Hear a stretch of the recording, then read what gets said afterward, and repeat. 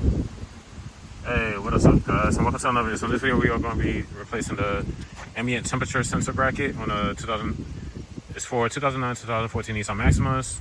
So I got to get one for this one too.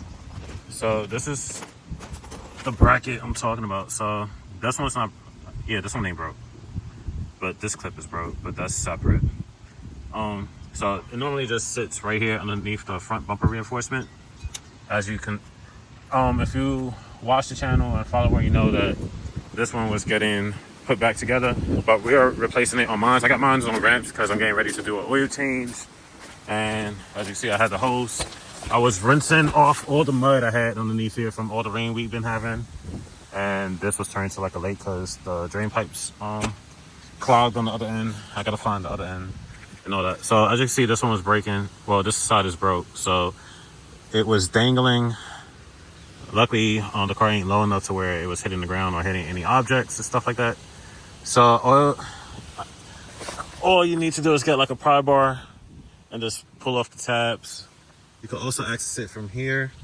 Well, actually, no, not really, because it has to be in an angle. But if you got the car like on ramps like I do or whatever, it's more accessible. You could do it from over here. But since my clips is broken, I can't demonstrate that.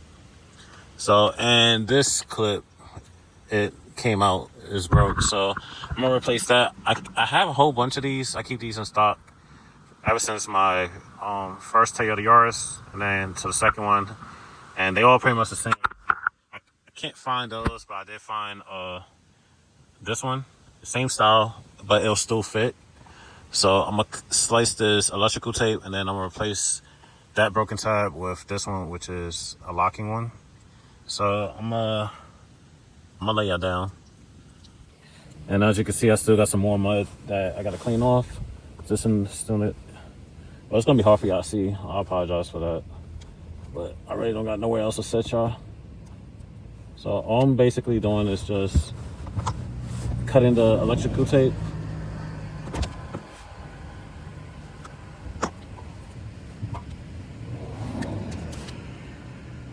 And we're gonna peel this off.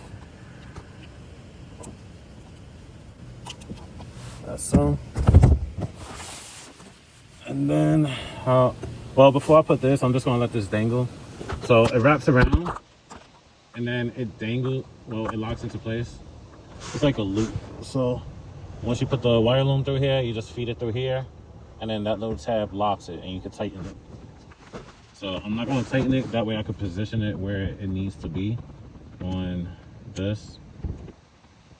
And I got this off the old engine wiring harness from the 2014 Maxima before I replaced it.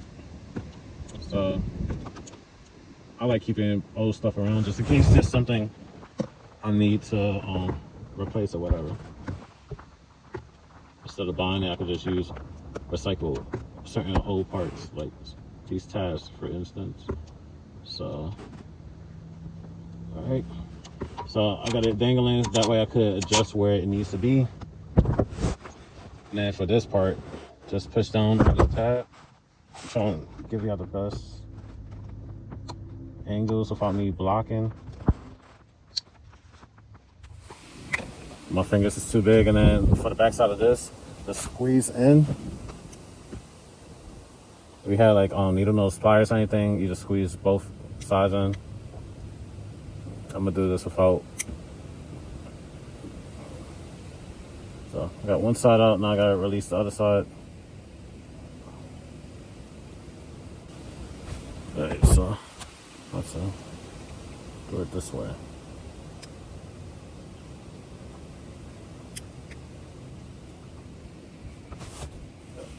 Alright, so what you wanna do is squeeze both sides in to release it from this bracket.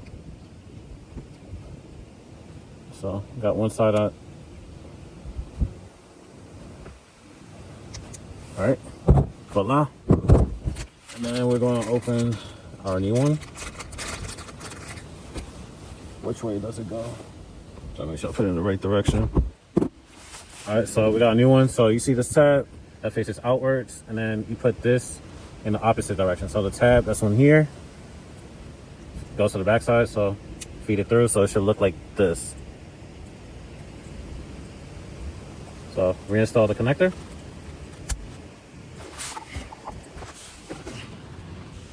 So I'm laying underneath the car, that way I can show you. So this is the orientation it goes. This goes into that hole, and then this triangular piece goes right there. So set that in. You should hear it click into place. That's all. And it's not going nowhere, so that's finally fixed. And this I'm gonna adjust to the hole.